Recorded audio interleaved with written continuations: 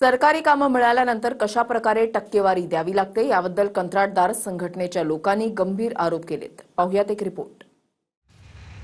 सरकारी कंत्राटांवेळी कशी टक्केवारी दिली जाते याबद्दल एक गंभीर आरोपांचा व्हिडिओ व्हायरल होतोय।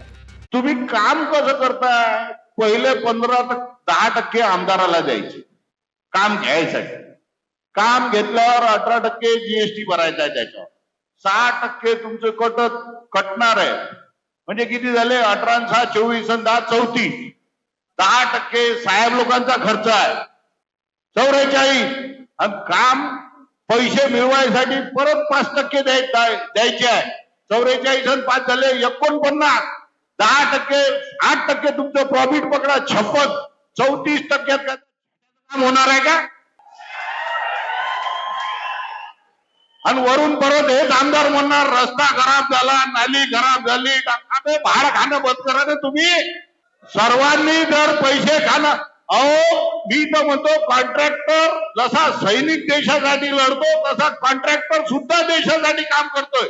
आम्ही रस्ते बनवतो, आम्ही दळणवळणाचे साधनं बनवतो, आम्ही ब्रिज बनवतो, लोकांना सुविधा व्हाव्यात बनवतो। अहो तुम्ही याच्यात भाडं एवढी खाणार की त्याच्या घरचे लेकरं जगणं मुश्किल होणार आहे ठेकेदाराचे।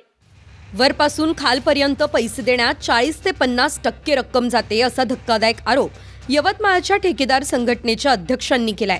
सध्या राज्यात विविध ठिकाणी सरकारी कंत्राटदारांचं अधिवेशन सुरू आहे। सरकारनं बिलं थकवल्याने अनेक महिन्यांपासून कंत्राटदार आक्रमक भूमिका घेत आहे।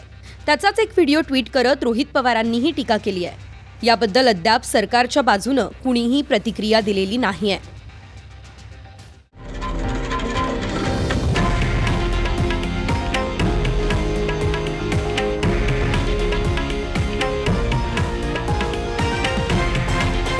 हे आहे देशातील नंबर 1 न्यूज नेटवर्क आणि आपण पाहत आहात TV9 मराठी, एकमेव।